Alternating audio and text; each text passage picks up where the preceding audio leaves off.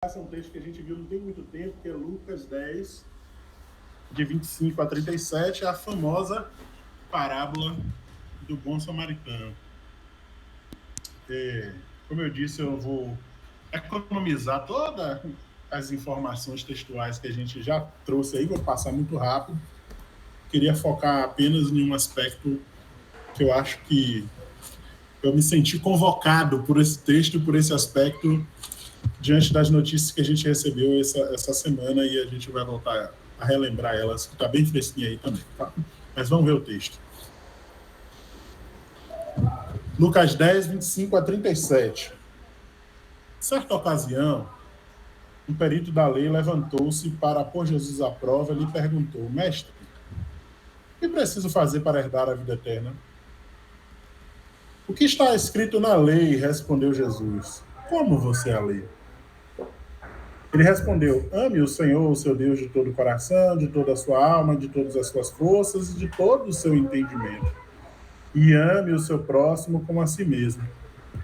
Disse Jesus: você respondeu corretamente, faça isso e viverá. Mas ele, querendo justificar-se, perguntou a Jesus: e quem é o meu próximo?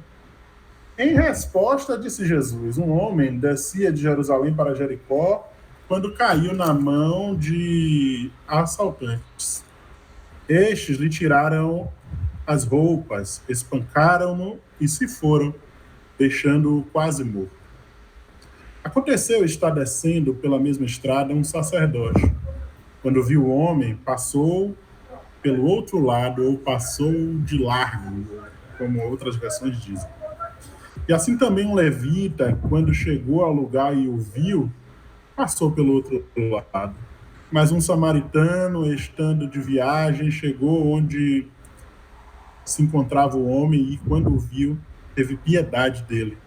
Aproximou-se, enfaixou-lhe as feridas, derramando nelas vinho e óleo. Depois colocou-o sobre o seu próprio animal, levando-o para uma hospedaria, e cuidou dele. No dia seguinte, deu 2 denários ao hospedeiro e lhe disse: cuide dele. Quando eu voltar, lhe pagarei todas as despesas que você tiver. Qual destes 3 você acha que foi o próximo do homem que caiu na mão dos assaltantes? Aquele que teve misericórdia dele, respondeu o perito na lei. E Jesus disse: vá e faça o mesmo. A gente viu recentemente uma série de informações sobre esse texto, né, de como Jesus fala de parábolas, fala por meio de parábolas, que quer falar realmente do contexto, do cotidiano. Jesus nunca faz nunca faz uma dissertação teológica de 50 minutos, como certas pessoas. Jesus pega um caso da vida. Jesus diz: olha, vem cá, povo, preste atenção.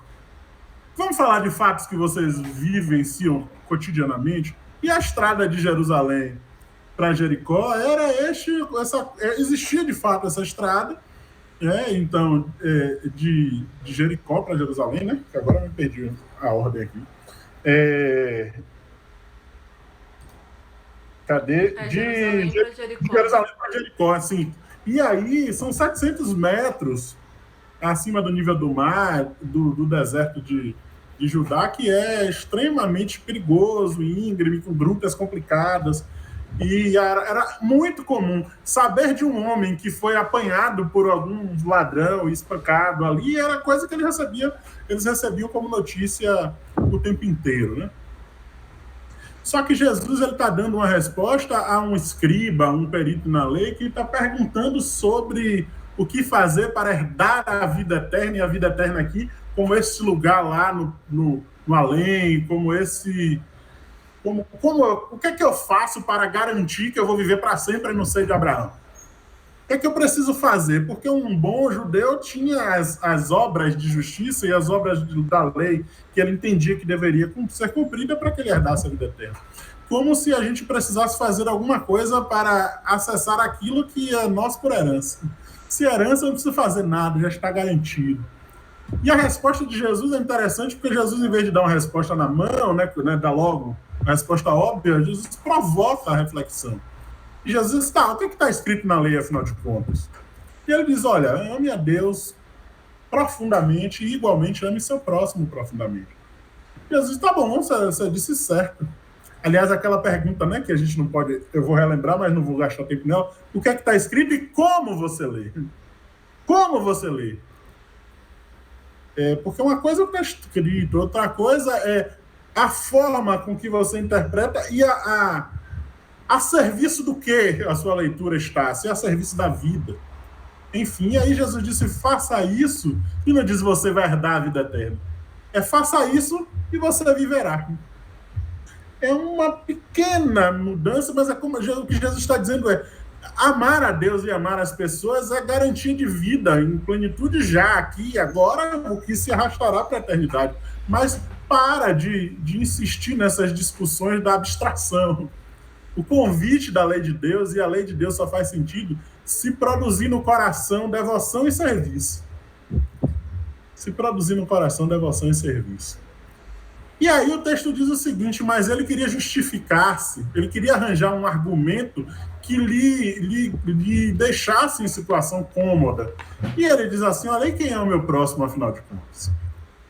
E essa é uma pergunta que não saiu da cabeça dele, essa era uma pergunta profundamente enraizada na cultura judaica, que é justamente o que... Porque isso já está lá na lei, né? Deuteronômio 6, Levítico 19, ame seu próximo.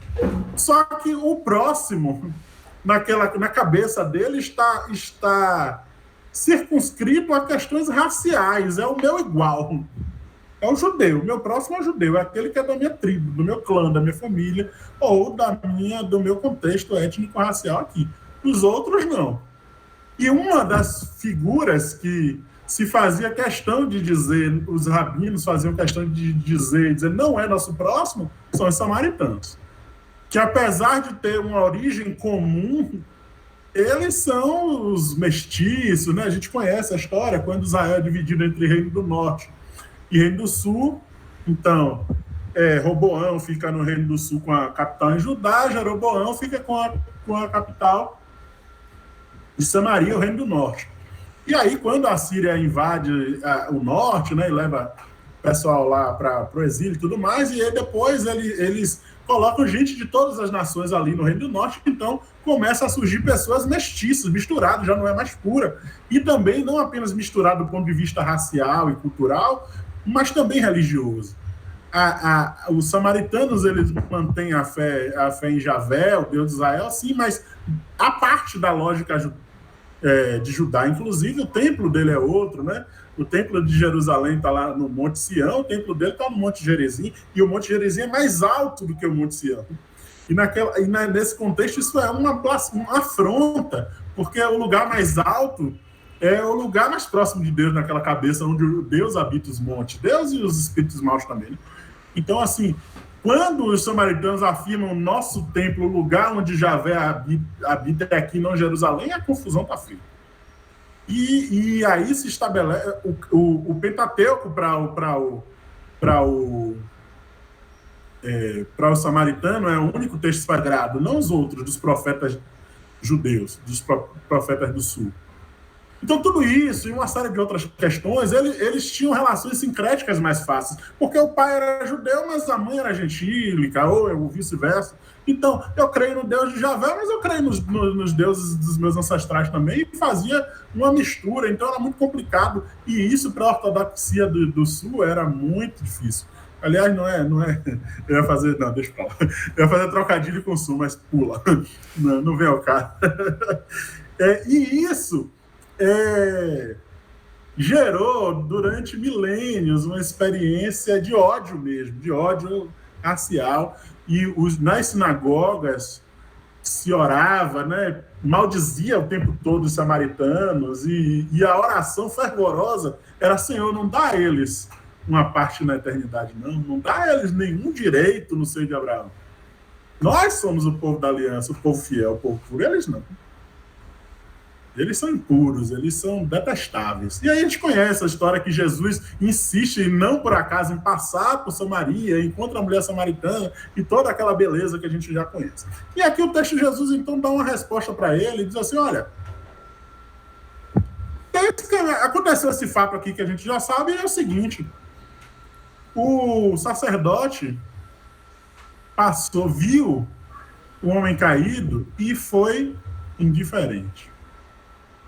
O levita viu o homem caído e foi indiferente. O samaritano viu,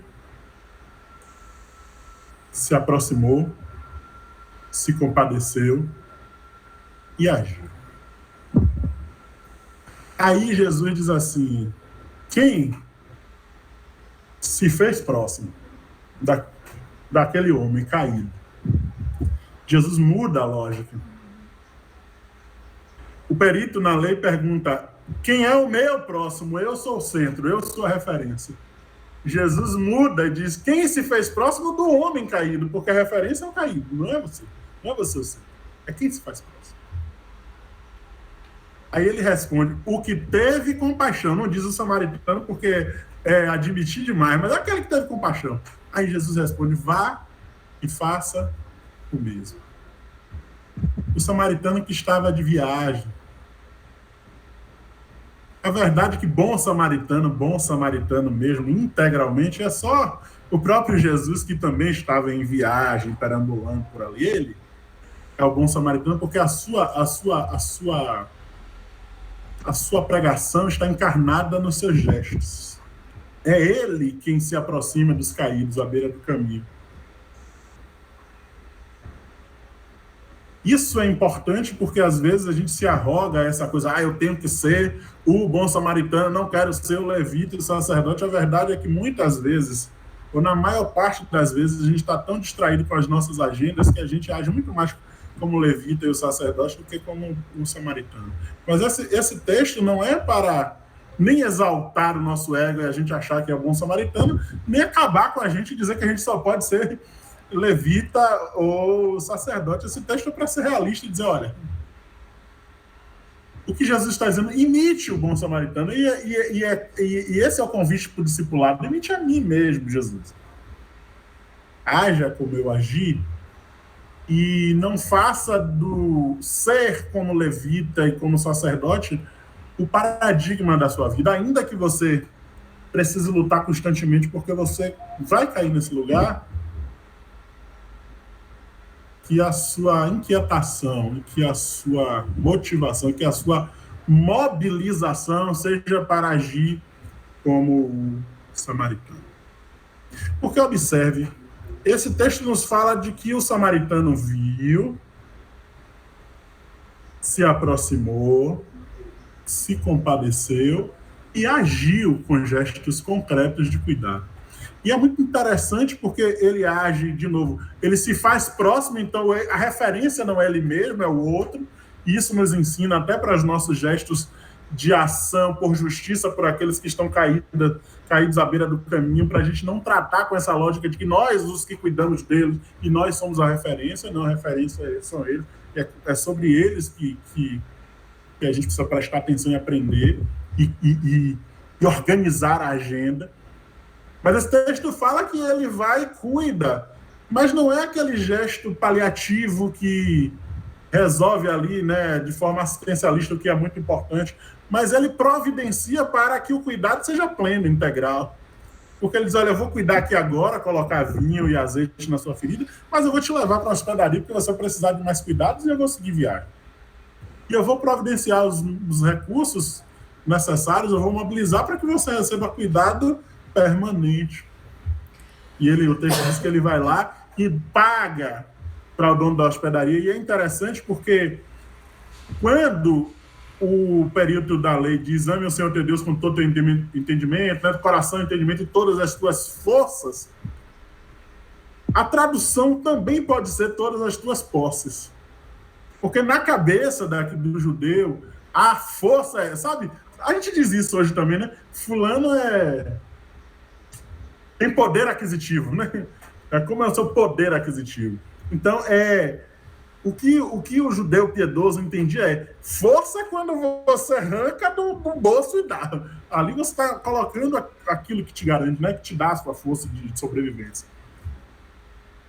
E é justamente o que o samaritano faz: ele ama com as forças, porque ele cuida e ele mexe nos seus recursos para que o cuidado seja integral.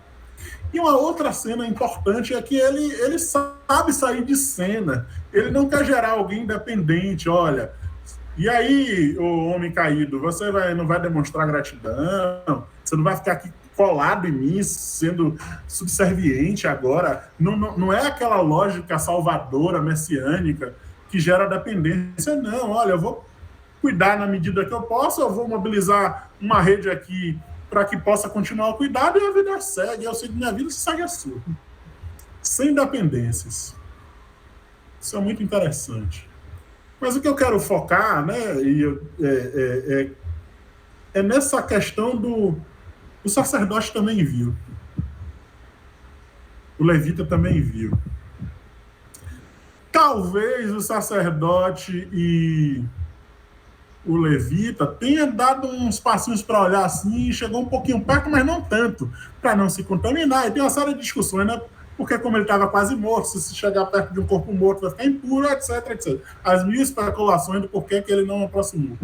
Mas ele viu, eles viram, talvez eles tenham se aproximado um pouco, talvez eles tenham se compadecido sinceramente, mas não agiu.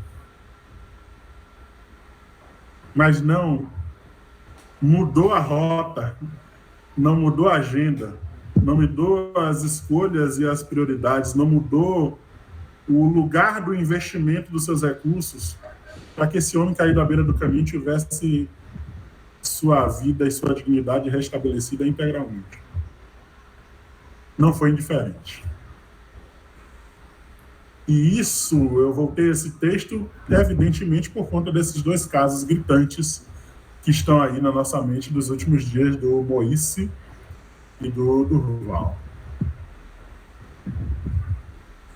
E eu vi uma pessoa dando um testemunho de que conheceu o Moisés, ele foi fazer uma reportagem, coisa assim, acho que você deve ter visto, né? Rolou aí nas redes, o cara dizendo, eu conheci, etc, etc, ele diz assim, a verdade é que esses imigrantes contam com as nossas lágrimas, mas é só com isso, porque é eles por eles. Muitas vezes a gente vê, a gente chega um pouquinho perto para entender o que está acontecendo, a gente se compadece, mas depois segue o caminho e a indiferença toma conta. Porque esses dois casos é só mais um dos casos à exaustão de crimes racistas que acontecem no Brasil. O Brasil é o país em que está em curso o genocídio contra a população negra, e isso aqui não é apenas um discurso militante, acadêmico, isso é um fato. Os corpos pretos tombam. E tombam a cada minuto. E nem dá tempo a gente lamentar e chorar um fato que aparece outro, e daqui a pouquinho vai ter outro. Mas o fato é que a sociedade brasileira pode ver, na melhor das intenções, pode aproximar um pouco e chorar. Mas a estrutura, muitas vezes, nos torna indiferentes, porque a gente segue e o corpo continua caindo. Não é possível, não pode ser normal. E são comparações, às vezes, complicadas, né? Mas elas são verdadeiras. Não estaria o silêncio que se está, ou aquela comoçãozinha básica de rede social, se fosse um corpo europeu e não um corpo africano. A gente não pode fazer da questão racial uma mera discussão intelectual. A gente precisa agir, não deixar a indiferença tomar conta. E o que Jesus está falando é justamente de uma superação de uma barreira de ódio, inclusive mútuo, né? Porque se estabeleceu, a cisão é tão grande em que os dois povos, de alguma forma, se evitam, porque é o outro. O meu próximo são os meus iguais aqui, os meus iguais brancos. E o próximo deles são os iguais deles, os negros. Talvez não esteja dito de forma tão declarada, mas na forma com que a gente organiza a sociedade, organiza a nossa vida, muitas vezes isso pode acontecer. Jesus está falando disso e está dizendo, olha, um caminho para superar, não no sentido macro, né? Porque a gente quer as macropolíticas. Então, Jesus está falando em micropolítica, dizendo, olha, gestos concretos de solidariedade, de quem se importa, de quem vê, de quem chega perto, e ao chegar perto se compadece, e ao se compadecer age, não para só na piedade. É esse tipo de gesto que pode desfazer estruturas de luta e exclusão. A gente tem tido a experiência com uma família assim, uma família negra vítima do racismo estrutural brasileiro, em que a gente resolveu se compadecer e agir. E às vezes, né, as demandas, uma série de coisas vão passando e a gente pode até, a indiferença pode vencer, né, ou a agenda, que é a família de seu Carlos, né? Que Deus nos ajude a, nesse caso, ser esse meio para que toda a ferida seja cicatrizada e uma nova forma de vida seja possível. Toda não, né? Muita pretensão, mas as feridas mais gritantes. Que a gente não faça como o perito que queira justificar-se, dizer, olha, mas eu já controlei, eu já fiz aqui um pouco. Não. Jesus está chamando a gestos concretos e radicais que nos custem.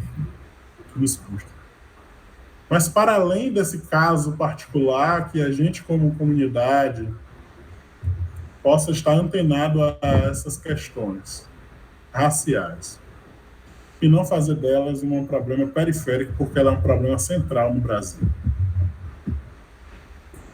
Ainda há corpos que literalmente tombam apenas pelo fato de ser negros. O Durval recebe um tiro simplesmente porque o corpo dele é lido como um corpo marginal.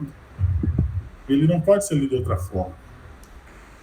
O Moisés é assassinado porque o corpo dele é lido como um corpo serviçal que não pode se ousar a exigir seus direitos. Mas a gente sabe que esses fatos não são a causa, né? São consequências de uma estrutura engendrada de forma muito perversa. E nós não podemos passar ao largo. E aí é preciso saber como se implicar, e especialmente aqueles que não estão no lugar dos corpos que tombam, preciso saber como esse samaritano, a forma de aproximar e de servir, de contribuir, de cuidar, e a forma de sair de cena. E deve saber, inclusive, que não é quem é o meu próximo, não sou eu a referência, o padrão de universalidade. Não sou eu que determino as agendas, não sou eu que determino as formas, não sou eu que digo o que é certo, o que é errado, o que é adequado, o que não é adequado. Eu me aproximo, vejo a realidade do corpo tombado, me compadeço, assumo compromisso e responsabilidade, mobilizo rede e sigo. Deus nos ajude. Que a indiferença, que é o que marca a nossa sociedade em relação ao pecado do racismo, que é um pecado hediondo que estrutura a nossa sociedade, o nosso chão está encharcado de sangue preto. E o sangue do nosso irmão clama aos céus. Quando Deus pergunta a Caim por Abel,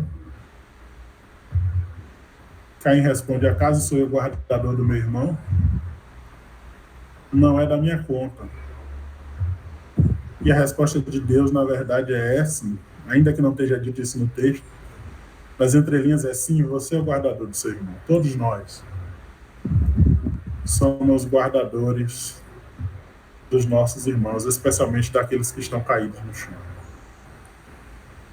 Não sei como, né? A gente ainda segue sempre em processo. Inclusive, aproveitar para dizer que vamos ver se a gente se encontra aí essa semana para voltar a conversar do ponto de vista mais organizacional, né, para pensar rumos. Mas isso foi uma palavra de Marcos naqueles textozinhos que ele, naquelas possibilidades que ele nos deu As pessoas caídas à beira do caminho precisam ser um eixo prioritário da nossa ação.